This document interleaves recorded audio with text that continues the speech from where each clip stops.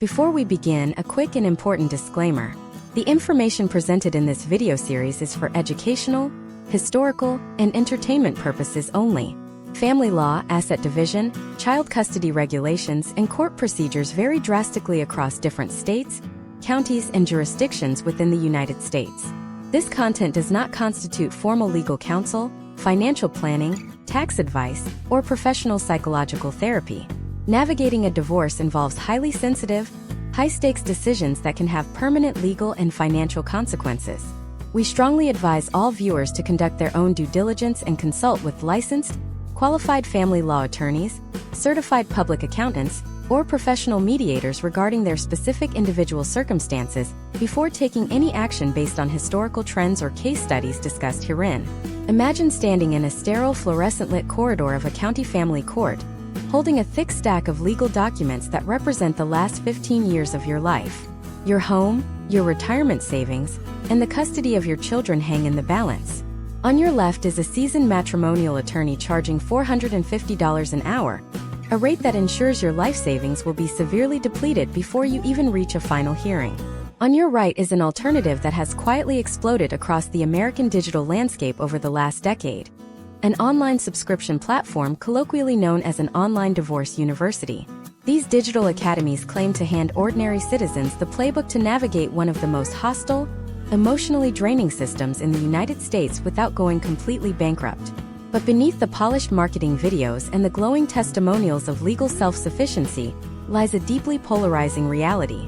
Did these platforms genuinely democratize family law for the average American? Or did they inadvertently lead thousands of self-represented litigants directly into a legal minefield? Data from historical trends show that the average traditional divorce in the United States costs upwards of $15,000 per spouse, with highly contested cases involving assets and children easily climbing past the $100,000 mark. For the median American household, these figures represent an impossible financial barrier, turning justice into a luxury commodity. This systemic affordability crisis created a massive vacuum in the market. It was a vacuum rapidly filled by digital entrepreneurs, former paralegals, and disgruntled litigants who claimed to have decoded the family court system. They packaged their strategies into multi-module online courses, complete with downloadable motion templates, cross-examination scripts, and psychological profiles of manipulative spouses. For a fraction of a traditional attorney's retainer fee, everyday citizens were suddenly told they could act as their own counsel, bypass the traditional legal establishment, and protect their assets through sheer digital preparation and strategic pro-se litigation. Consider the detailed case study of a Midwestern logistics manager who found himself facing an aggressive, high-conflict custody battle. Facing a $30,000 initial retainer that his savings could not support, he turned to a prominent online divorce coaching program. He spent hundreds of hours analyzing videos on how to file emergency motions, how to counter parental alienation tactics, and how to present himself before a family court judge during temporary orders hearings. In his initial appearances, the structured strategies taught by the online university seemed to yield potential outcomes that favored his position. He managed to keep his composure, file his paperwork on time, and avoid the devastating immediate financial ruin that his peers warned him about. But as the litigation dragged on into complex asset valuation, interstate jurisdictional disputes, and the division of non-liquid marital property, the structural limits of generalized online video modules began to show. A single misfiled objection regarding a retirement account evaluation ultimately cost him tens of thousands of dollars in future benefits, a critical mistake a licensed professional would have easily avoided. This narrative is not an isolated incident. It reflects a massive, largely unregulated subculture of pro-se litigants across America who are attempting to substitute years of formal legal education with online masterclasses. The rise of these digital universities raises profound structural questions about the American legal system. Are these platforms a legitimate form of consumer empowerment? Or are they a symptom of a broken judiciary where true legal protection is only accessible to the wealthy? Over the last several years, these platforms have faced intense scrutiny, ranging from unauthorized practice of law investigations by state bar associations to fierce criticism from traditional legal professionals who argue that providing generalized legal strategies to vulnerable individuals undergoing extreme trauma is inherently dangerous. The marketing engines behind these online universities often target a highly specific demographic, individuals dealing with what they term high-conflict or narcissistic spouses. The course curricula frequently focus heavily on the psychological warfare of divorce, teaching students how to document communications, how to use parenting apps to create admissible evidence, and how to remain unemotional during high-pressure depositions. They provide step-by-step guides on how to request discovery, how to issue subpoenas for financial records, and how to draft interrogatories designed to expose hidden assets.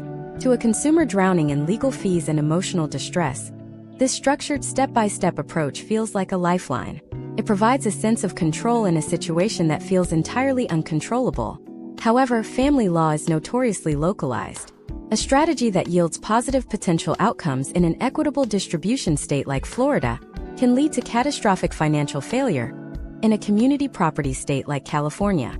Furthermore, individual judges possess immense discretion in family court, meaning that a rigid tactic learned from an online video can backfire horribly if it clashes with the specific culture or unwritten rules of a local courthouse.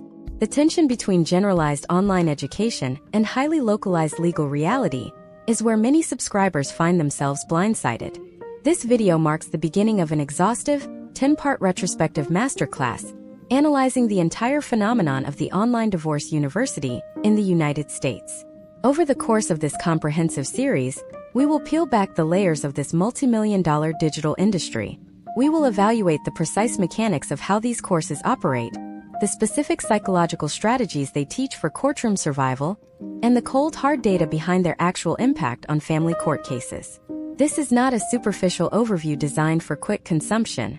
We are going to analyze real case studies of individuals who bypassed traditional legal counsel, breaking down the exact motions they filed, the financial structures they attempted to protect, and the specific turning points where online education either saved them or failed them entirely. We will examine the stark differences between different state frameworks, illustrating how generalized online advice can drastically alter potential outcomes depending entirely on your zip code. We will look at the economics of the digital legal self-help market, investigating how these programs are priced, how they leverage search engine algorithms to target emotionally vulnerable individuals, and what happens when the advice inside the course curriculum clashes with local court rules that vary from county to county. By the end of this comprehensive retrospective, you will possess a granular, objective understanding of the digital legal revolution, the systemic flaws of the American family court system that fueled its rise, and the critical, dangerous boundaries between useful digital education and catastrophic legal self-medication. Whether you are seeking to understand the historical evolution of online legal self-help or trying to comprehend the sheer scale of the modern American divorce industry, this series will provide the comprehensive blueprint of what truly happens when the internet attempts to replace the courtroom bar. To understand the operational mechanics of this online divorce university phenomenon, we must first analyze the psychological entry point of the consumer. Imagine a scenario occurring in the current landscape of 2026. A father named David, working as an automotive design engineer in Michigan, sits at his kitchen table at 2 o'clock in the morning. His spouse has just served him with a petition for dissolution of marriage, demanding sole legal custody of their 2 children and a disproportionate share of his retirement portfolio. David faces an immediate legal and financial crisis. The next morning, he contacts 3 local family law attorneys, only to discover that the standard initial retainer fee in 2026 has ballooned to $7,500, with hourly rates exceeding $450. With less than $3,000 in his immediate liquid savings, David is effectively locked out of traditional legal representation. This is the precise moment the digital marketing funnel of the online divorce university captures its target audience. David opens his laptop and searches for phrases like how to defend custody without an attorney or family court self-help templates. Within seconds, the algorithms present him with highly optimized targeted advertisements for an online divorce academy. The messaging avoids explicit assurances, but highlights historical trends where pro-se litigants successfully navigated their own cases using structured digital frameworks. For a monthly subscription fee of $99, or a one-time lifetime access fee of $999, the platform positions itself as the ultimate equalizer. To David, this appears to be a logical, data-driven alternative to financial insolvency. Upon entering his payment information, the subscriber is introduced to a massive digital dashboard structured like an elite collegiate learning management system. This is not a simple collection of blog posts. It is a meticulously engineered corporate curriculum designed to maximize user engagement and retention. The primary architecture of the platform is divided into distinct, chronological modules that mirror the typical timeline of a contested domestic relations case in the United States. Module 1 is universally dedicated to the psychological triaging of the litigation. The video lectures, often delivered by charismatic hosts who identify as veteran paralegals or high-conflict divorce coaches, instruct the user on how to establish a secure communication perimeter. David is systematically taught to cease all verbal communication with his spouse and transition entirely to written text or court-approved communication applications. The course provides specific scripts on how to respond to provocative emails without triggering negative judicial reactions. Step-by-step instructions guide David through the process of auditing his digital footprint, changing passwords on all financial accounts, and establishing a separate, encrypted email address dedicated solely to his legal matters. Module 2 transitions directly into the complex arena of financial discovery and asset identification. Here, the online university provides downloadable asset spreadsheets that mimic the official financial disclosure forms required by state courts. The platform instructs the subscriber on how to perform a forensic audit of their own household finances. Students are shown how to track down hidden bank accounts, analyze tax returns for undisclosed income, and compile 5 years of credit card statements to establish historical spending patterns. For David, this involves a grueling 48-hour process of downloading PDF bank statements, categorizing transactions, and utilizing the university's custom formulas to calculate the exact net marital equity of his home. The educational material details historical trends regarding how spouses attempt to dissipate assets during the initial stages of separation, giving David a specific checklist of red flags to look for in his wife's financial disclosures. Module 3 focuses on the high-stakes world of child custody and parenting time schedules. This section of the curriculum shifts away from dry financial data and moves into behavioral modification and tracking. The online divorce university introduces the concept of a litigation log.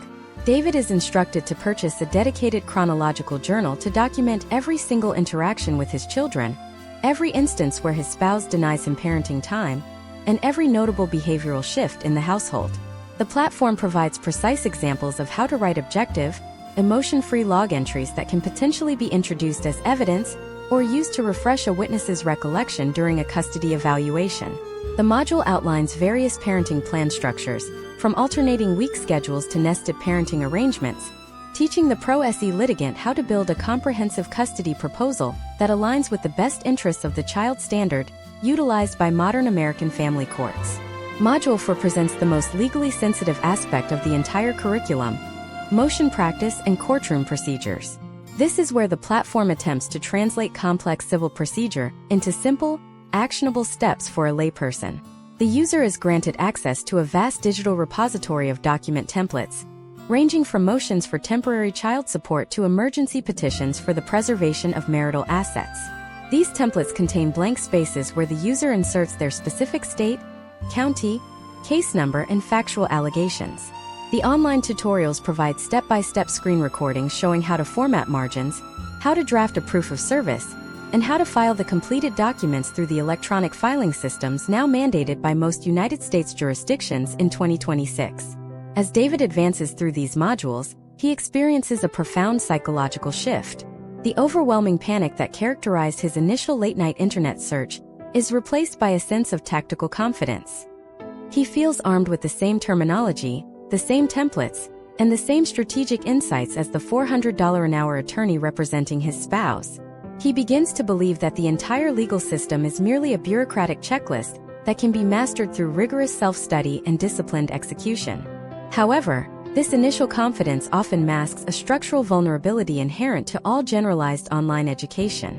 While the university can teach David how to fill out a motion template, it cannot teach him the unwritten rules of local judicial culture or the intricate nuances of the rules of evidence. The course modules are designed to apply broadly across 50 distinct state legal systems, each possessing its own unique statutory framework and case law precedents. To mitigate this issue, some popular online divorce universities offer supplementary tiered access, including private online community forums or weekly group coaching calls where subscribers can ask generalized questions to a panel of moderators. In these digital forums, thousands of pro-se litigants from across the country share their real-time courtroom experiences, creating a massive peer-to-peer crowdsourced legal laboratory. Users post the exact wording of orders issued by their local judges, analyze the tactical mistakes made by their opponents, and offer emotional solidarity to those facing setbacks. For a subscriber like David, this community becomes a powerful echo chamber that reinforces his commitment to self-representation. Case studies within the forum highlight individuals who successfully concluded their divorces while preserving their entire wealth, further validating the decision to bypass traditional law firms. But as David prepares to file his very first independent motion for temporary parenting time using the university's standardized templates, he is about to encounter the cold, unyielding reality of the local judicial apparatus. He has followed every digital module to the letter, filled out every blank line in the PDF document, and paid his county filing fee online. What David does not realize is that a hidden procedural trap, completely omitted from the generalized online curriculum, is waiting for him the moment his case is called by the court clerk. The opposing counsel, a veteran local attorney who has practiced in that specific courthouse for 25 years, has already spotted David's procedural error and is preparing a devastating countermeasure that could derail David's custody case before he even has a chance to speak to the judge. This raises the critical question of what actually occurs when these standardized internet strategies collide with a real-world, highly specialized legal adversary in a live courtroom environment. In the next part of this masterclass retrospective, we will analyze the precise courtroom battle that ensued when David attempted to use his digital training against a veteran trial lawyer, exposing the exact boundaries where online education ends and systemic legal danger begins. The clock on the courtroom wall reads exactly 9:30 on a Tuesday morning in 2026 as David takes his seat at the petitioner's table. To his right sits Sarah Jenkins, the seasoned attorney representing his spouse, surrounded by 3 neatly organized legal boxes containing years of financial records and meticulous correspondence. David, armed only with a slim leather folder containing his printed modules from the online divorce university, and his precisely filled-out motion for temporary parenting time, feels a surge of adrenaline. He recalls the video tutorial from Module 4, which instructed him to stand straight, speak directly into the microphone, and address the judge strictly as Your Honor. He believes he is fully prepared to articulate his case for equal physical custody, relying on the generic statutory factors he copied directly from the Online Academy's digital library. The bailiff calls the case, and Judge Robert Harrison looks down from the bench, scanning the thin file of the self-represented litigant. Before David can even clear his throat to deliver his carefully rehearsed opening statement, Sarah Jenkins stands up. With a calm, professional tone cultivated over 2 decades of local practice, she addresses the court, noting that while she respects the petitioner's decision to proceed pro se, the court must immediately strike David's motion from the docket due to a fatal procedural omission under Local Circuit Rule 4.2. David freezes. In his hundreds of hours of video instruction, he had mastered the state's general domestic relations statutes, but he had no knowledge of Local Circuit Rule 4.2. This hyper-specific administrative order, updated by this particular county court system in early 2026, requires all self-represented and represented litigants to file a mandatory meet and confer certificate at least 72 hours before scheduling any temporary orders hearing. The rule was implemented locally to prevent the court's calendar from being clogged with disputes that could potentially be resolved through direct communication between parties or their counsel. Because David had relied entirely on a standardized, nationwide digital curriculum, he was completely unaware that this localized administrative hurdle even existed. Judge Harrison turns his gaze to David, asking if a meet and confer certificate was filed with the clerk of the court prior to the weekend deadline. David stammers, attempting to explain that he sent an email to his spouse's attorney requesting a discussion about the schedule, but he admits he did not know a specific local form was required to be formally executed and docketed. The judge sighs, a reaction all too common in American family courts overrun by pro-se litigants utilizing internet resources. Judge Harrison notes that while the court understands the financial strain of hiring counsel, the rules of civil procedure apply equally to all litigants, whether they are represented by an elite law firm or acting on their own behalf. The court cannot grant a hearing on a motion that is procedurally deficient. The consequence of this single procedural oversight is immediate and devastating for David's custody objectives. Judge Harrison strikes the motion from the morning docket and informs David that the earliest available date to refile and argue his temporary parenting time request is 6 weeks away. As Sarah Jenkins neatly packs her files and exits the courtroom, David is left standing alone at the table, realizing that for the next 42 days, the current de facto parenting arrangement established by his spouse will remain entirely unchallenged.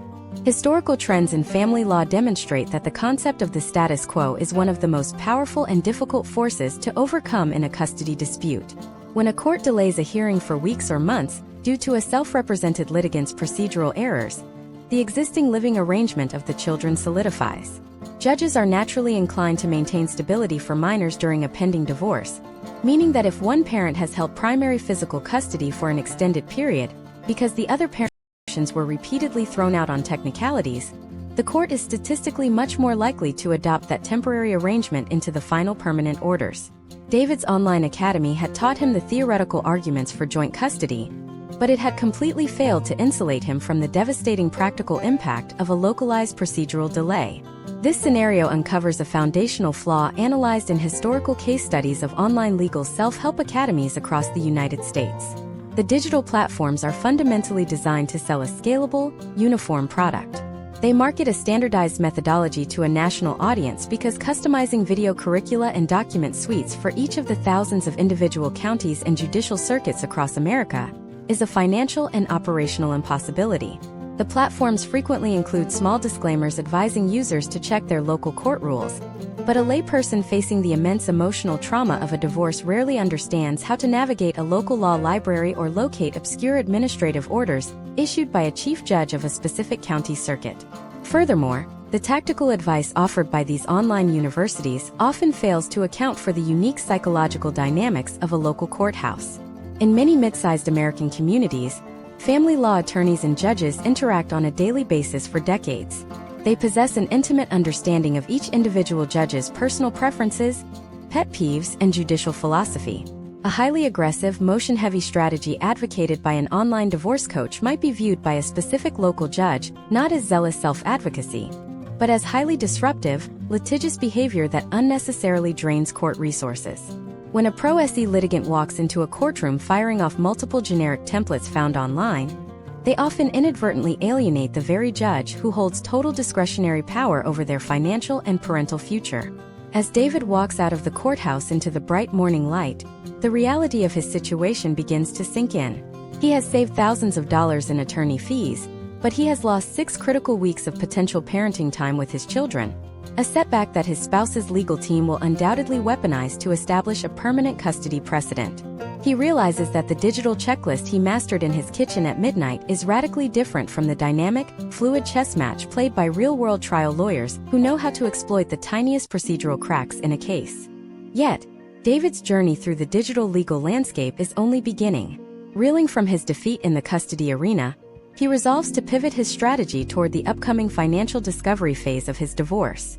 He logs back into the online university dashboard that evening, bypassing the custody forms to focus intensely on the modules dedicated to asset division and forensic financial tracing. Armed with the platform's advanced spreadsheet tools, he prepares to issue a comprehensive request for production of documents, determined to uncover what he believes are hidden accounts and dissipated marital funds controlled by his spouse. But as David prepares to execute this next phase of his pro-se strategy, he is completely unaware that the opposing counsel has already anticipated his next move. She is preparing to launch a complex, highly specialized financial counteroffensive involving valuation methodologies and tax liabilities that will test David's internet-acquired legal training to its absolute breaking point, raising the stakes from a battle over schedules to a fight for absolute financial survival. In the next part of this masterclass retrospective, we will dive deep into the financial discovery phase, examining the precise moment David attempted to conduct a pro-se financial analysis against a certified public accountant, revealing the staggering structural vulnerabilities that arise when standardized digital spreadsheets confront high-stakes valuation accounting. Reeling from the procedural setback regarding his parenting schedule, David sits back down at his workstation, determined to reclaim control over the financial destiny of his estate. He opens the Financial Discovery module of the Online Divorce University, which promises to deconstruct the complex web of asset division into a manageable, step-by-step administrative routine. The video instructor, utilizing digital whiteboards, explains how to draft a formal request for production of documents and a set of standard interrogatories.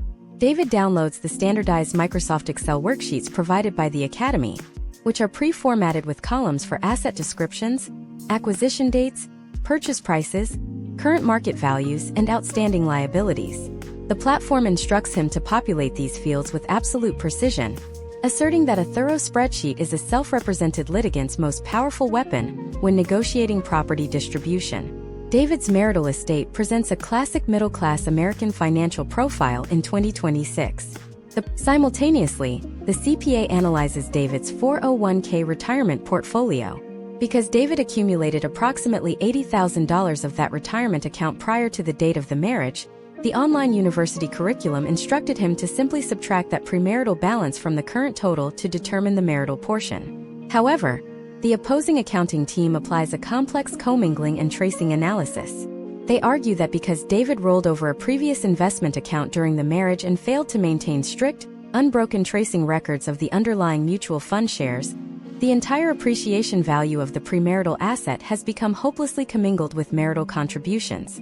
Under current 2026 evidentiary standards, this lack of strict tracing allows the opposition to argue that the entire $380,000 should be classified as marital property. David attempts to analyze these dense financial reports using the basic analytical frameworks taught in his online modules.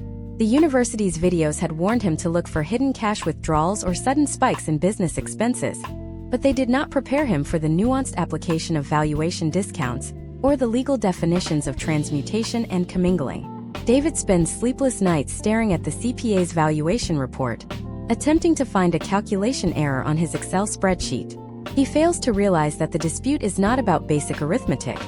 It is about the underlying legal and accounting theories used to define what constitutes a marital asset and how its present value is calculated. Furthermore, the opposition introduces a massive strategic complication regarding the marital residence. Given the economic climate of 2026, the 2.75% mortgage on the family home is essentially a valuable financial asset in its own right.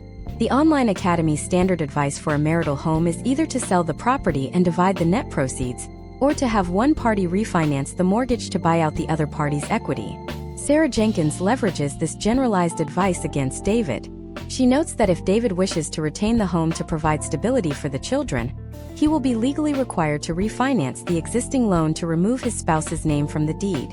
In the current 2026 lending market, refinancing means replacing a 2.75% interest rate with a 7% interest rate, an operational shift that would instantly double David's monthly housing payment and render the home completely unaffordable on his single income. If David chooses instead to sell the home, the opposition demands that he account for the latent capital gains tax liabilities and real estate brokerage fees, subtracting those theoretical future costs from his current equity calculations. David's online spreadsheet does not possess the algorithmic capacity to calculate tax-adjusted asset valuations. He finds himself completely outmaneuvered by a legal team that understands how to manipulate the intersection of family law, tax codes, and financial valuation methodologies to construct a reality where David's actual net payout is drastically minimized. Historical trends and case studies of pro-SE litigants who attempt to navigate complex asset divisions without expert forensic support indicate that the financial disparities at the conclusion of a case can be permanent and severe. A self-represented litigant may successfully file the necessary paperwork, but without a deep comprehension of asset valuation nuances, they frequently sign off on marital settlement agreements that contain hidden tax traps or structural imbalances. David's online university provided him with the illusion of financial literacy by giving him neat, organized templates, but it could not provide him with the decades of localized accounting experience required to cross-examine a certified fraud examiner or a forensic CPA. As the mandatory financial settlement conference approaches, David realizes that his self-taught spreadsheet strategies are completely inadequate against the wall of expert reports and statutory precedents leveled against him by Sarah Jenkins. He is operating in the dark, unable to accurately assess whether the settlement offers being proposed by the opposition represent a fair potential outcome or a total financial surrender. The confidence he felt while watching video modules in his kitchen has evaporated, replaced by the stark realization that financial discovery in a court of law is an adversarial science where the unrepresented are systematically disassembled. But the financial pressure is about to intensify even further. Realizing that David is struggling to comprehend the accounting architecture of the case, Sarah Jenkins prepares to initiate the most aggressive phase of pretrial litigation, the oral deposition. She issues a formal notice commanding David to appear at her law firm's executive conference room to be questioned under oath before a certified court reporter. This upcoming deposition represents an environment that no online video module can truly replicate, where every pause, every emotional outburst, and every uncalculated admission made by David will be permanently transcribed and weaponized against him at the final trial. In the next part of this masterclass retrospective, we will step inside that deposition room, analyzing the exact tactical traps Jenkins sets to dismantle David's credibility, and exposing how the online university's advice on handling high-conflict cross-examinations fares when subjected to the relentless pressure of a live, professional interrogation. The physical setting of a modern legal deposition in 2026 bears little resemblance to the dramatic, high-conflict confrontations frequently depicted in popular media or summarized in online course modules. David walks into the executive conference room of Jenkins and Associates, expecting an aggressive, adversarial interrogation designed to make him break down. Instead, he is met with an environment of chilling professional calmness. The room features a polished mahogany table, a panoramic view of the metropolitan skyline, a certified court reporter adjusting a digital stenography machine, and a high-definition video camera mounted on a tripod, positioned to capture every micro-expression, long pause, or defensive gesture David exhibits. Sarah Jenkins sits directly opposite him, appearing entirely non-threatening, accompanied by a single legal pad and a slim tablet. This mild demeanor is entirely calculated, a strategic countermeasure to the defensive walls David built after studying the high-conflict survival modules of his online divorce university. The online curriculum had instructed David to view the deposition primarily as a psychological battlefield. The video modules repeatedly warned him that opposing counsel would attempt to trigger his emotions, insult his parenting capabilities, or twist his words to paint him as an unstable individual. To counter this, the online university taught a methodology centered on extreme emotional detachment, providing scripts that consisted of short, defensive phrases, and instructing him to treat every question as a trap. The core advice was to provide the absolute minimum amount of information required, relying on rigid phrases like "I do not recall" or "that documentation speaks for itself." However, this generalized preparation fails to anticipate a legal strategy that relies not on emotional baiting, but on the systematic exploitation of factual and procedural gaps. Sarah Jenkins begins the deposition with a series of deceptively soft, foundational questions. She asks David about his employment as an automotive design engineer, his daily routine, and the specific methods he uses to manage complex technical data at his workplace. David, following his online training, attempts to remain guarded, providing brief, monotone answers. Jenkins, remaining entirely polite, affirms his professional competence, gradually inducing David to relax his posture. This is a classic legal technique known as the funnel method, designed to establish a baseline of cooperation and cognitive compliance before introducing high-stakes, compromising evidence. Once David has established under oath that he is a meticulous, detail-oriented professional who prides himself on data precision, Jenkins smoothly shifts her focus to the litigation log that David filed during the initial discovery phase. This litigation log was the crown jewel of David's pro-SE strategy, a tool his online academy assured him would serve as an unassailable record of his spouse's high-conflict behavior. For nearly a year, David had logged every minor dispute, every late pickup, and every strained interaction, compiling a 300-page digital journal filled with characterizations of his spouse's motivations. Jenkins asks David to confirm that he wrote every entry himself, that he intended the log to be an accurate representation of reality, and that he stands by the objective truth of the contents. David, feeling a surge of confidence, states clearly into the microphone that the log is an unvarnished account of the ongoing custody disputes. Jenkins then opens a tab on her tablet and directs David to a specific log entry, dated March 14, 2026. In this entry, David had written a scathing multi-paragraph description claiming that his spouse had deliberately withheld the children during a scheduled weekend exchange out of spite, demonstrating an unstable and hostile psychological demeanor. Jenkins asks David if he verified the cause of her delay before entering those definitive conclusions into his legal log. David responds that his spouse was 45 minutes late and provided no immediate explanation, which fit the exact behavioral patterns detailed in his online course modules. With calm precision, Jenkins introduces Exhibit C, an official certified printout from the State Department of Transportation, along with automated toll road transponder data from the spouse's vehicle on that exact morning. The data conclusively proves that a multi-car accident had completely shut down all southbound lanes of the interstate his spouse was traveling on, trapping her vehicle in stationary traffic with no cellular reception for over an hour. Jenkins asks David if a meticulous, data-driven engineer would consider a major highway closure to be a deliberate act of spite. She asks if he ever sought to amend his permanent litigation log once the accident report became public record. David remains silent as the video camera records his hesitation. In less than 10 minutes of polite questioning, the structural integrity of David's primary custody evidence begins to dissolve.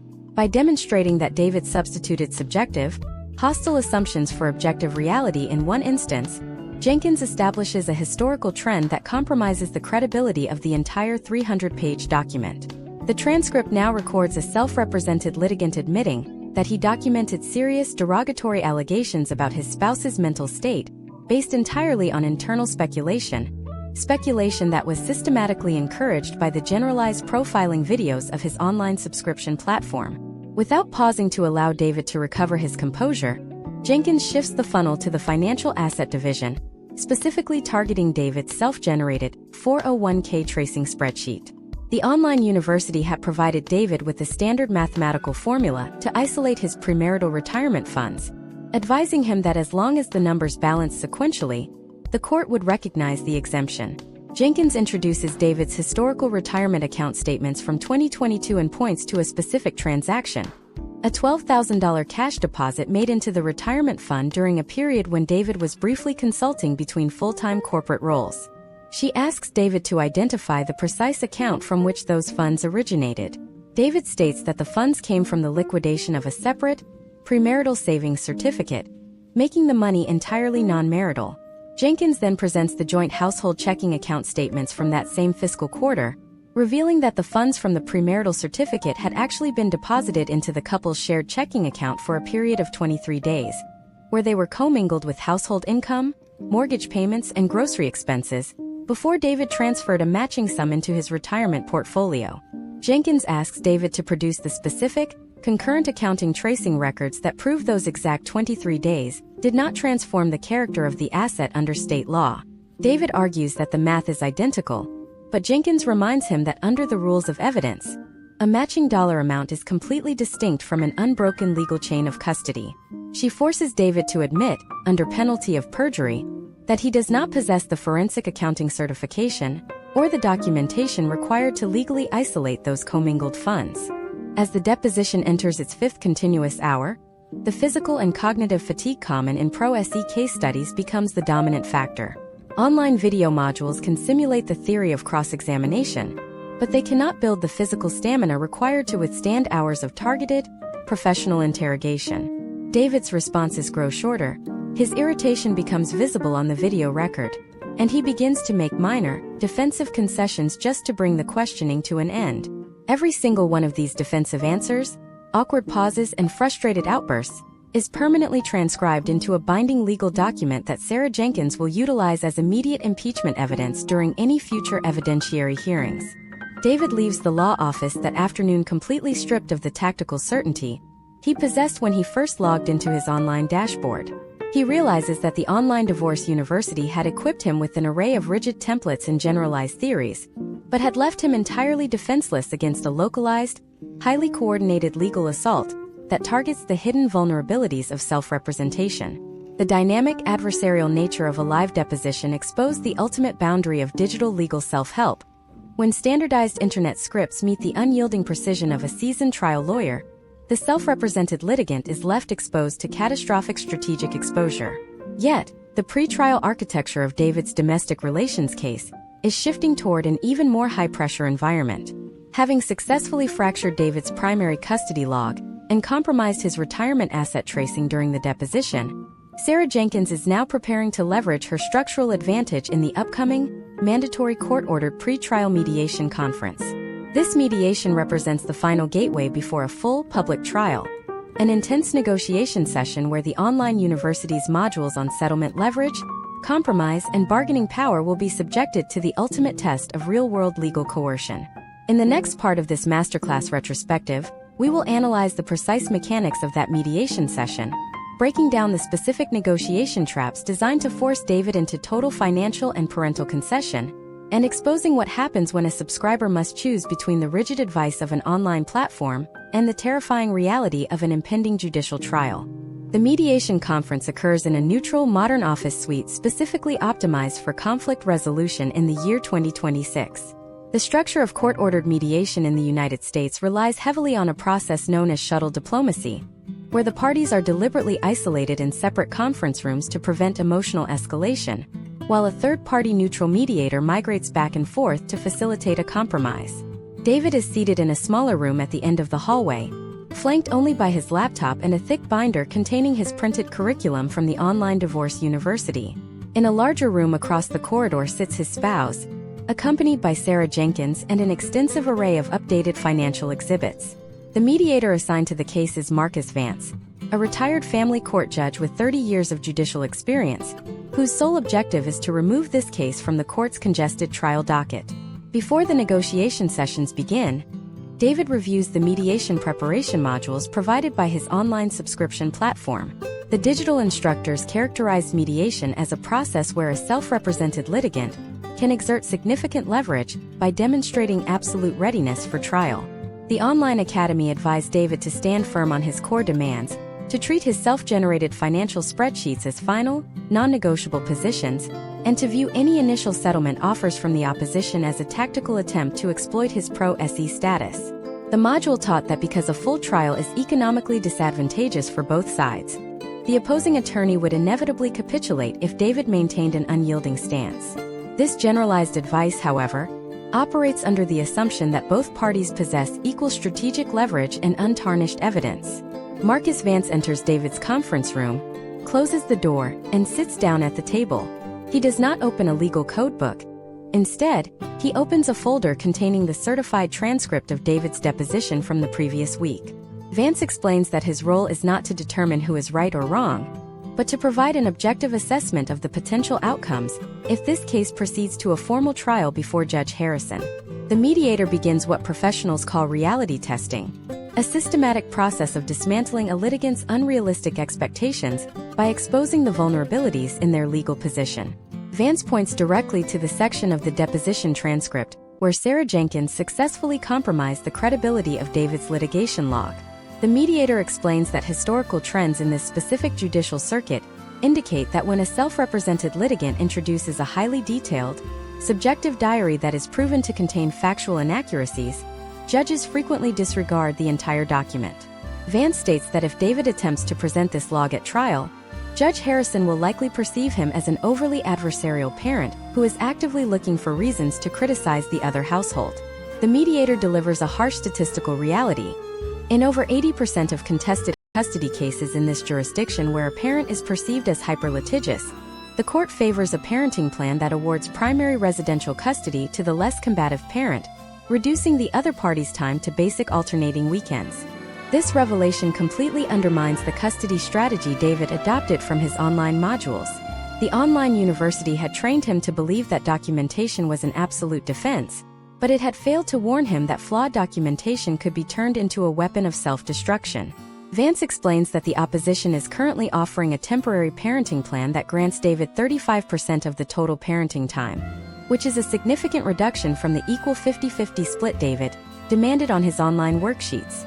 The mediator notes that if David rejects this offer and insists on going to trial, the potential outcome could be an even more restrictive schedule, coupled with a formal judicial finding that could impact his parental rights for years. Without giving David time to recover from the custody analysis, Vance shifts the reality testing to the financial segment of the dispute.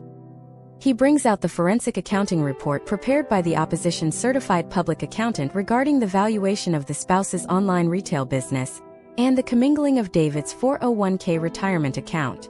David attempts to counter by opening his online university spreadsheet, pointing out that the math clearly shows his premarital contributions should remain exempt from division.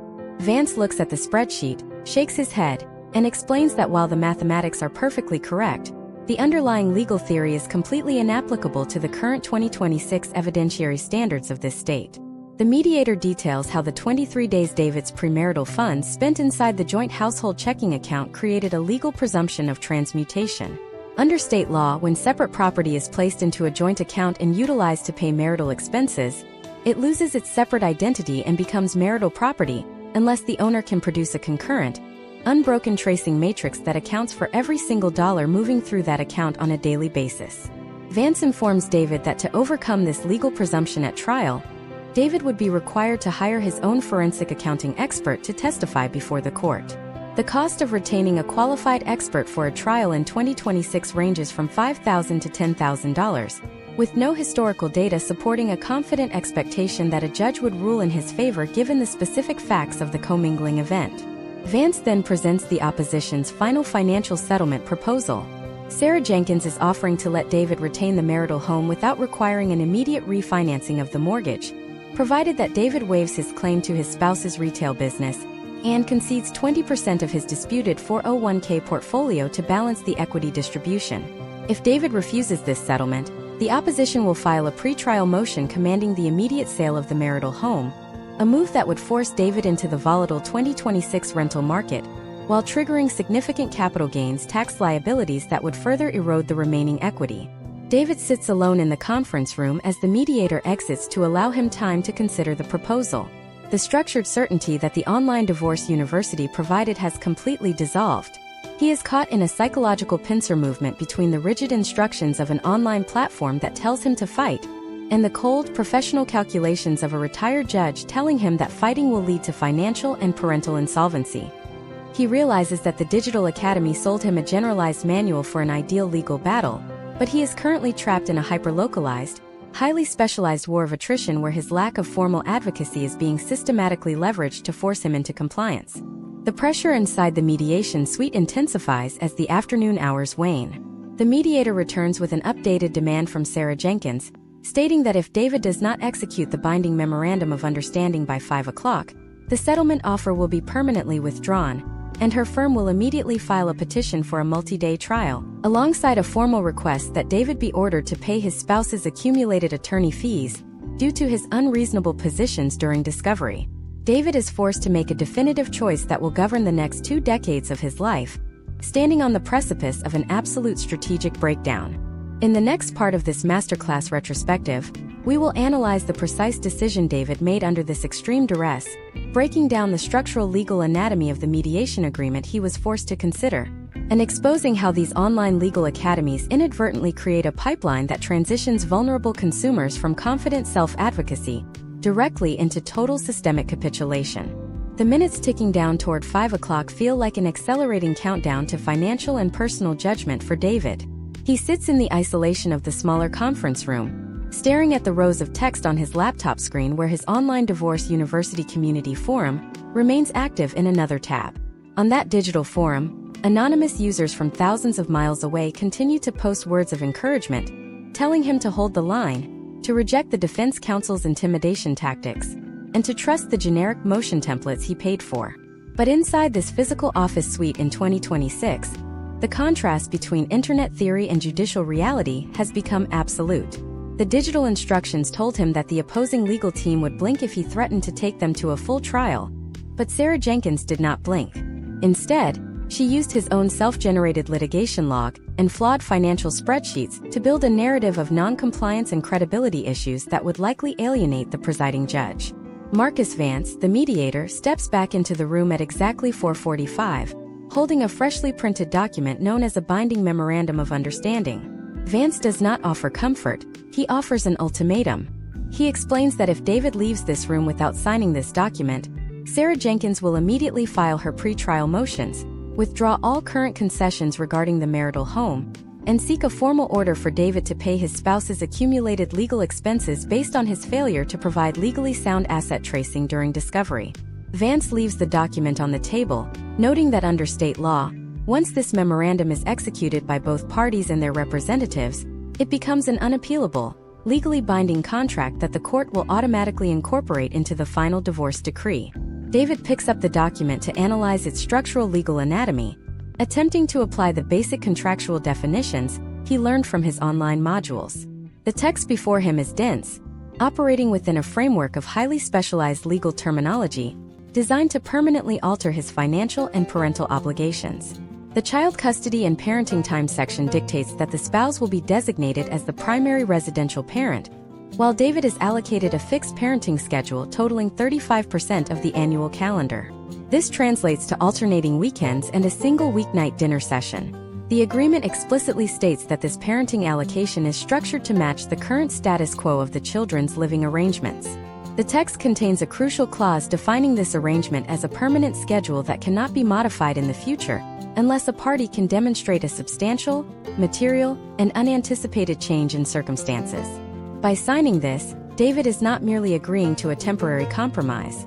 He is legally binding himself to a high evidentiary threshold that historical trends show is exceptionally difficult for self-represented litigants to overcome in subsequent modification petitions. The financial division clauses within the memorandum are equally unyielding. To retain the marital residence and keep his children in their familiar school district, David agrees to waive any and all equitable interest in his spouse's online retail business, despite his initial belief that the enterprise was generating substantial underreported revenue. Furthermore, to balance the equity distribution without forcing an immediate sale of the property, the document requires a direct transfer of $76,000 from David's employer-sponsored 401k account to his spouse. The mechanism for this transfer is specified as a Qualified Domestic Relations Order, or QDRO. David's online academy taught him the basic definition of a QDRO, but it completely omitted the step-by-step administrative reality of executing one in 2026. The document dictates that David must bear the entire cost of retaining an independent legal drafting service to construct the QDRO, submit it to his corporate plan administrator for approval, and present it to the judge for signature. If the plan administrator rejects the specific wording of the order due to a technical error, David remains personally liable for the financial deficit, with interest accruing on the unpaid balance. The most dangerous financial clause, however, involves the indemnification parameters surrounding the existing 2.75% mortgage. Because Sarah Jenkins agreed to waive the immediate requirement for David to refinance the home at current 2026 interest rates, the contract contains a strict hold harmless provision. This clause states that David assumes total, exclusive liability for the underlying debt, property taxes, and homeowner insurance premiums. If David experiences a professional setback or an engineering industry downturn that impacts his income, his spouse is legally insulated from any foreclosure actions, while David's failure to maintain the payments would allow her to return to court to demand an emergency liquidation of the asset. The online university modules had celebrated the concept of retaining a low-interest mortgage during a divorce, but they had failed to detail the immense structural risk of an asymmetrical indemnification clause drafted by an elite matrimonial lawyer. At 4:55, David realizes he has run out of space to maneuver. The cognitive fatigue of the litigation, coupled with the systemic pressure applied by the mediator and the threat of catastrophic financial sanctions at trial, breaks his resistance. He utilizes the digital signature pad provided by the mediation service, transmitting his electronic signature across the local network. In that precise second, David transitions from an active, self-advocating litigant into a bound contractual party. The legal dispute that had consumed his every waking hour for a year is effectively over, resolved not through a triumphant vindication of his rights, but through a total strategic surrender. This moment represents the culmination of what historical case studies identify as the capitulation pipeline inherent to many online divorce platforms. These digital universities function by democratizing the front-end administrative tasks of family law, teaching users how to locate forms, look up definitions, and file basic motions. This initial access creates a false sense of security, leading the consumer to believe that the entire judicial system is a predictable, rule-based bureaucracy that can be managed without professional guidance. However, family law is fundamentally an adversarial, discretionary science. When the case advances past basic paperwork into complex financial tracing, oral depositions, and intensive mediation, the self-represented litigant faces a massive asymmetry of experience. The online platform cannot teach the real-time tactical adjustments, the psychological stamina, or the hyper-localized institutional knowledge that a trial lawyer utilizes to dismantle an opponent. The false confidence cultivated by the online academy evaporates under the pressure of professional reality testing, forcing the vulnerable consumer to accept highly disadvantageous settlement terms simply to escape the overwhelming stress of the legal apparatus. As David leaves the office suite and steps onto the quiet evening street, the immediate relief of escaping the mediation room is rapidly replaced by a cold sense of apprehension. He has protected his low-interest mortgage, but he has surrendered a massive portion of his retirement wealth, waived his rights to a growing business asset, and locked himself into a restrictive parenting schedule that limits his access to his children. He followed the digital checklist to the letter, yet the potential outcomes of his case look remarkably similar to a total defeat. But the true impact of the document David just executed has not yet fully materialized. While he believes the settlement represents the final end of his legal friction, the ambiguous wording of several secondary clauses within the memorandum is already being analyzed by Sarah Jenkins. These seemingly minor provisions regarding the future division of uninsured medical costs, extracurricular activity fees, and summer vacation schedules contain hidden, structural ambiguities designed to favor her client during the upcoming implementation phase. In the next part of this masterclass retrospective, we will examine the immediate post-mediation fallout, analyzing the exact administrative traps that explode when a generic settlement agreement is converted into a final judicial decree, and exposing how a self-represented litigant can remain ensnared in family court litigation long after the mediation papers are signed. The execution of a binding memorandum of understanding at the conclusion of a high-pressure mediation session is frequently misunderstood by self-represented litigants as the definitive end of their legal conflict. In the architecture of United States family law, a mediation agreement is not the final judgment. It is merely a contract that outlines the raw terms of a settlement. For that contract to acquire the full enforcement power of the state, it must be meticulously translated into a comprehensive, multi-page document known as the Final Decree of Dissolution of Marriage. This transition phase is where the structural boundaries of an online divorce university become glaringly apparent, as the platform's standardized modules typically treat the settlement as the finish line, leaving subscribers entirely unequipped for the highly technical drafting process that follows. Because David is operating without legal counsel in 2026, Sarah Jenkins, the veteran attorney representing his spouse, volunteers to draft the formal final decree. To an unrepresented individual, this appears to be a convenient, cost-saving concession. The online university modules briefly noted that the drafting party must strictly adhere to the terms of the mediation memorandum, leading David to believe that the process is purely clerical. What the online curriculum fails to explain is the immense strategic advantage inherent to control of the drafting pen.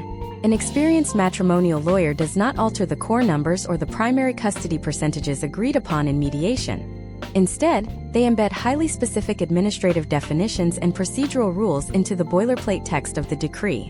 These additions are designed to interpret the settlement terms in a manner that systematically favors their client during the post-divorce enforcement phase. Consider the step-by-step breakdown of how this operational strategy unfolds within the section of the decree governing uninsured medical expenses. The mediation memorandum stated simply that David and his spouse would split all out-of-pocket medical, dental, and psychological costs for the children on a 50-50 basis. When Sarah Jenkins drafts the final decree, she inserts a highly formalized, multi-step reimbursement protocol. The text dictates that the parent seeking reimbursement must provide the other party with a true and correct copy of the provider's invoice, proof of actual payment, and the corresponding explanation of benefits document from the health insurance carrier. The strategic manipulation of the settlement language intensifies within the provisions regulating extracurricular activity allocations. The mediation agreement noted that the parents would share the costs of agreed-upon extracurricular activities.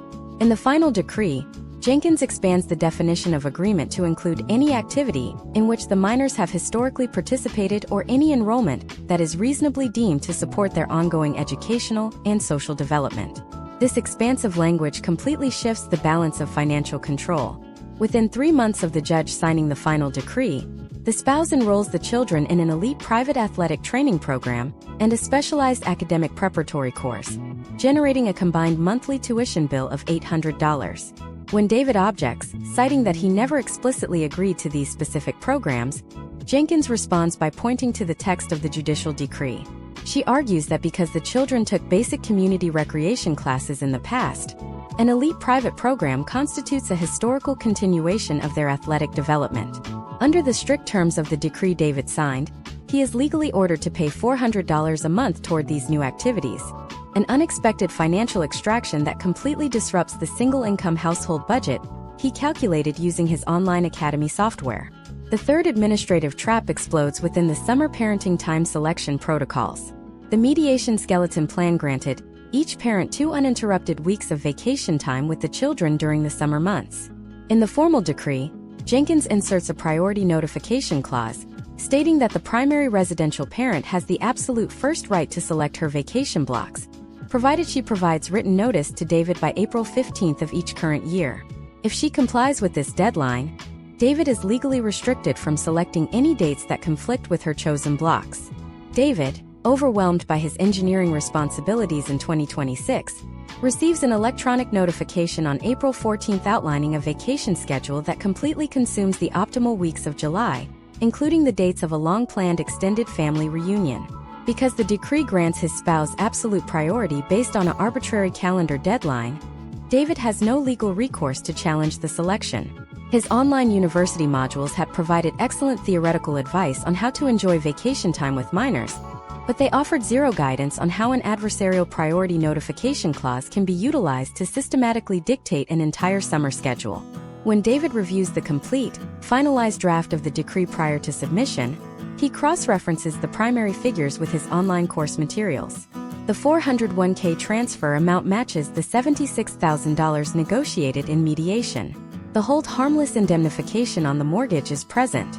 The primary custody percentage reads 35%. Believing that the document is a faithful replication of his mediation agreement, David executes the signature page. The document is submitted to Judge Harrison, who signs the final decree of dissolution of marriage, formally terminating the marital contract and entering the decree into the permanent records of the County Circuit Court. The case tracking status on the court portal changes to closed. To the casual observer, and to the generalized algorithms of the online divorce university, David has successfully completed a pro-se divorce, preserving his low-interest mortgage and avoiding thousands of dollars in traditional attorney fees. But in the real world of family law enforcement, a closed case file is frequently an illusion. The structural ambiguities and administrative traps embedded within the text of the final decree are designed to act as latent legal triggers, waiting for the inevitable friction of post-divorce life to spark a new phase of pre-trial conflict. David believes he is free of the legal system, but he has actually just bound himself to an asymmetrical, highly disciplined regulatory framework that he does not fully comprehend. As the weeks transition into months in the post-divorce landscape of 2026, the administrative burdens of tracking the insurance documents, the extracurricular invoices, and the rigid communication protocols begin to wear down David's operational capacity. The lack of clarity surrounding what constitutes a shared cost versus a personal expense creates an environment of perpetual micro-disputes.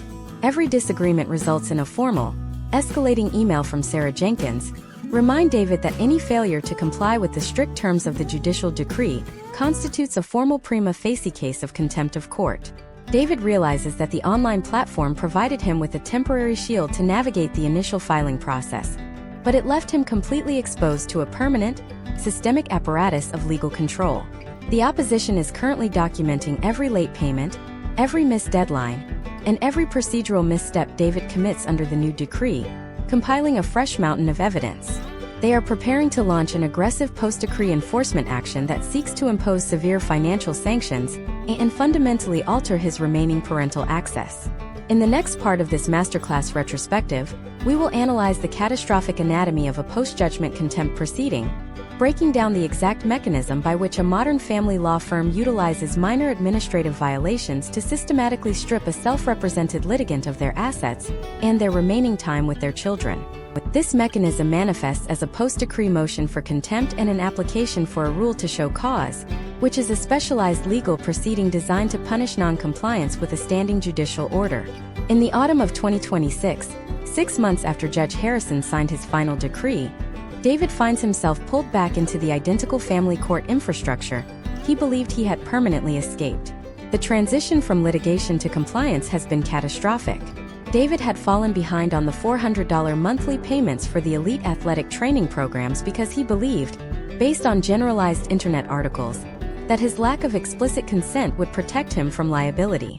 Furthermore, he had neglected to pay his 50% share of an unexpected $1,200 dental bill because his spouse failed to provide the insurance company's explanation of benefits document within the arbitrary timelines established by the drafting pen of Sarah Jenkins. To David, these minor financial adjustments felt like reasonable operational disputes that could be sorted out through basic text messages. To a veteran matrimonial attorney like Sarah Jenkins, these deviations represent a prima facie violation of a permanent court order. Jenkins does not engage in a prolonged email exchange. She immediately logs into the electronic court portal and files a multi-count verified motion for civil contempt. Along with the motion, she submits a comprehensive affidavit of attorney fees, detailing the $4,800 her firm charged to draft and file the enforcement action. The strategic reality of a post-decree contempt proceeding is defined by a profound legal shift known as the burden-shifting framework. In the initial divorce phase, the moving party must present evidence to prove their claims regarding asset values or parenting capabilities. However, when a final decree is already active and an enforcement action is initiated, the moving party merely needs to show that a clear court order existed and that the respondent failed to comply with its literal terms. Once Jenkins establishes that David missed the payment deadlines explicitly recorded on page 34 of the final decree, the burden of proof shifts entirely to David. He must now prove to the court that his non-compliance was not willful, a standard that historical trends show is exceptionally difficult for a self-represented litigant to meet without a sophisticated understanding of evidentiary rules. David logs back into his online divorce university dashboard to search for defense strategies against post-decree contempt. He discovers a structural vulnerability common to the subscription model of these digital academies. Because the majority of consumers utilize the platform to obtain their initial divorce decrees, the corporate curriculum is heavily front-loaded toward pretrial motions and asset division templates. The modules addressing post-judgment enforcement, modification of custody, and contempt defenses are thin, offering generic recommendations to cooperate or file a motion to modify the underlying order. The online community forums, once filled with thousands of active peers during his initial case, offer little assistance, as the users who successfully settled their cases have deactivated their accounts, leaving only a small circle of struggling pro-se litigants sharing unverified administrative theories. Without a structured script or an applicable template from his online course, David attempts to defend himself by relying on basic logical arguments during the evidentiary hearing before Judge Harrison in November 2026. When the case is called, David takes the microphone and argues that he did not pay for the private athletic coaching because the cost was extortionate and his automotive engineering salary had been impacted by a reduction in corporate bonuses. He presents his internal bank statements to show his limited liquid assets, attempting to argue an inability to pay defense.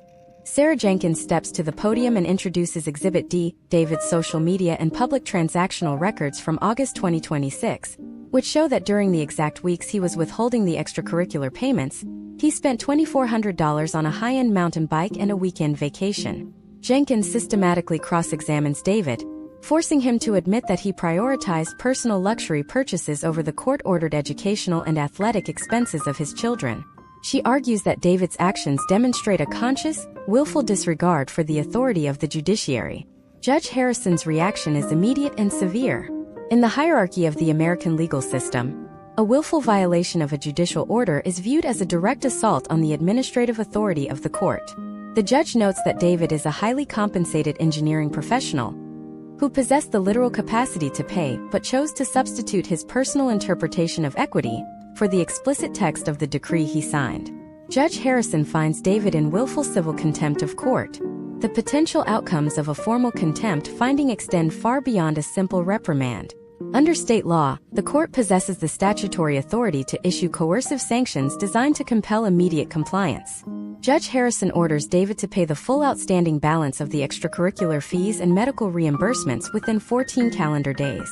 Furthermore, under the state's mandatory fee-shifting statutes for willful contempt, the judge orders David to pay the entire $4,800 in legal fees incurred by his spouse's attorney to bring the action. If David fails to transmit the full sum to Jenkins and Associates by the designated deadline, a bench warrant will be issued for his immediate arrest and incarceration in the county jail until the debt is fully purged. As David stands at the defense table, the financial math of his self-represented strategy undergoes a devastating correction. By attempting to save $7,500 on a traditional attorney retainer during the initial divorce, he had signed a poorly understood, highly technical final decree engineered by a professional adversary. That single document has now locked him into a cycle of systemic liability, resulting in an immediate court order to pay nearly $5,000 in opposing attorney fees for a single enforcement hearing. an amount that completely wipes out the residual savings he managed to preserve during the mediation phase. The consequences cascade into his parenting relationship as well. Jenkins utilizes the contempt finding to file an immediate petition to modify the execution of the parenting plan. She argues that David's repeated refusal to fund the children's historical activities and his hostile text messages regarding medical invoices demonstrate an inability to effectively co-parent under the current schedule. Historical case studies demonstrate that when a judge determines a parent is in willful contempt of financial orders related to the children, that determination heavily influences the court's assessment of the parent's overall cooperativeness, often leading to a reduction in overnight visits or the imposition of strict, third-party communication monitoring apps that cost hundreds of dollars annually. David exits the courthouse realizing that his reliance on an online legal academy did not liberate him from the legal industrial complex. It merely left him completely defenseless within its gears. He is trapped in a permanent post-decree loop, where every minor interaction with his ex-spouse is governed by a technical contract drafted by an elite attorney who knows exactly how to trigger a contempt hearing. The illusion of digital legal self-sufficiency has vanished, leaving behind the stark reality of a long-term financial and parental dependency on a system he is entirely unqualified to navigate. This brings us to the final overriding question of this entire 10-part retrospective masterclass. What is the true structural cost of the online divorce university phenomenon across the United States? As we transition into the final phase of this exhaustive analysis, we must shift our focus from David's individual case study to the macroeconomic and regulatory battlefield occurring across the American legal landscape. In the 10th and final part of this series, we will examine the sweeping regulatory crackdowns initiated by state bar associations in 2026 against these digital academies for the unauthorized practice of law. We will analyze the data-driven profit metrics of the online legal self-help industry, and we will reveal the definitive systemic blueprint that explains who genuinely profits and who loses everything when the internet attempts to automate human justice. The regulatory battlefield that erupted across the United States in the current year of 2026 represents the inevitable flashpoint of this multi-million-dollar digital experiment. For nearly a decade, these online divorce universities operated with near-total immunity, shielding their corporate interests behind dense terms of service agreements that explicitly stated they were not law firms and did not provide formal legal counsel. However, as thousands of self-represented litigants began flooding local family courts with identical, highly aggressive document packages generated by automated software engines, the administrative tolerance of the American judiciary reached its absolute limit. In early 2026, state bar associations across major jurisdictions, including California, Texas, Florida, and New York, mobilized their subcommittees on the unauthorized practice of law to launch an unprecedented wave of enforcement actions, civil injunctions, and cease and desist mandates against these digital platforms. The core legal argument animating these regulatory crackdowns centers on a profound, structural distinction between a passive digital template and an active, software-driven diagnostic tool.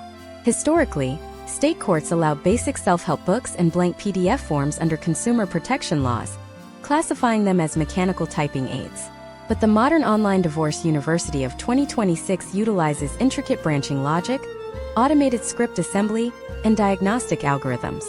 When a platform prompts an unrepresented user through a sequence of digital intake questions regarding their specific household finances, child custody preferences, and marital assets, and then automatically selects, formats, and outputs specific statutory language into a motion based on those inputs, the software has crossed the boundary of a mechanical tool.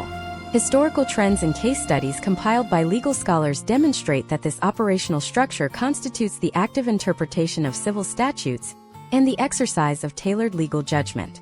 By executing these computational functions for a fee, these platforms are effectively engaging in the unauthorized practice of law, operating entirely outside the professional ethics, mandatory malpractice insurance frameworks, and disciplinary oversight required of licensed human attorneys. Behind the high-minded corporate marketing campaigns that champion the democratization of the American legal system lies an exceptionally lucrative, data-driven profit model that treats human trauma as a scalable commodity. Case studies of the financial architectures powering these prominent digital academies expose an economic blueprint optimized for maximum user monetization and multi-tiered revenue extraction. The primary gateway into the ecosystem is the subscription funnel, engineered to capture individuals during their moments of peak emotional and financial panic. Because family law disputes routinely take 12 to 18 months to advance from an initial filing to a final decree, a monthly subscription fee of $99 scales rapidly into thousands of dollars of recurring revenue per subscriber. However, the true financial engines of these legal tech enterprises are the hidden, predatory upsell tiers embedded within the student dashboard. As a subscriber progresses through the basic video modules and encounters the real-world complexity of civil discovery or oral depositions, the platform systematically alerts them to premium, unregulated add-on services. These include high-cost private strategy sessions with non-attorney divorce coaches, custom document reviews conducted by automated software or offshore paralegals operating in relaxed regulatory jurisdictions, and premium membership access to private community forums where users trade unverified legal strategies. Furthermore, these platforms generate massive secondary revenue streams through affiliate marketing networks, actively directing financially distressed subscribers toward high-interest litigation lenders, private investigators, and unvetted parental evaluation services. The operational overhead of these platforms remains remarkably low compared to a traditional law firm, allowing corporate founders to generate massive net profit margins while shifting 100% of the strategic, systemic, and financial risk directly onto the shoulders of the consumer. Imagine a split-screen view illustrating the ultimate reality of this automated justice landscape in 2026. On the left side of the screen is David, sitting in his car outside the county courthouse, staring at a bank statement that has been completely hollowed out by a $4,800 attorney fee sanction from his recent contempt hearing. His parenting time has been permanently restricted to a minimal schedule, his retirement wealth has been truncated by an asymmetrical equity transfer, and he faces the looming threat of immediate incarceration if he fails to master the administrative minutiae of a technical final decree he signed out of absolute cognitive exhaustion. On the right side of the screen is a venture-backed corporate boardroom in a Silicon Corridor tech hub, where executives are celebrating a record-breaking fiscal quarter. They are analyzing data metrics illustrating a 22% expansion in active user acquisition, driven entirely by machine learning algorithms that target search queries from emotionally devastated parents typing terms like husband hiding assets or how to stop parental alienation into their browser bars at midnight. The corporate entity has successfully automated the front-end capture of the middle-class consumer, extracting their remaining liquid capital under the guise of affordable education, while remaining completely insulated from the devastating personal and financial outcomes that occur when its generalized scripts encounter a professional adversary. This deep divergence exposes the definitive systemic conclusion of our retrospective masterclass. The online divorce university did not dismantle the traditional legal monopoly. It became its most valuable feeder system. By providing vulnerable individuals with an illusion of competency and a suite of generic, highly adversarial legal weapons, these platforms systematically escalate simple domestic relations cases into prolonged, high-conflict wars of attrition. When a self-represented litigant files a hyper-aggressive, boilerplate motion copied from an online library, they leave the represented spouse with no choice but to respond with formal depositions, expert financial valuations, and extensive pretrial motions. This artificial inflation of conflict drives an exponential increase in billable hours for traditional family law firms, who systematically disassemble the unrepresented party during the complex evidentiary phases of the case. The actual potential outcomes of this digital ecosystem reveal a bleak reality where the only consistent victors are the technology corporations collecting the recurring software fees, and the elite law firms extracting maximized property settlements from the ruined consumers left stranded by automated advice. As the current year of 2026 moves toward its conclusion, the legal self-help market is already shifting into an even more sophisticated and dangerous phase of technological automation. The basic document assembly templates and recorded video modules analyzed in this series are rapidly being replaced by fully integrated, generative artificial intelligence platforms that claim to synthesize real-time courtroom transcripts, deploy automated deep learning avatars to draft responsive pleadings, and mathematically predict individual judicial rulings. This rapid evolution is creating a massive, highly volatile, unregulated gray market of algorithmic advocacy that is expanding far beyond family law, moving aggressively into the high-stakes arenas of corporate bankruptcy filings, medical debt foreclosure defense, and municipal criminal misdemeanor litigation. The automation of human justice is no longer an isolated consumer trend. It is an unyielding systemic corporate infrastructure that is actively rewriting the operational definitions of due process and equal protection under the law across the United States.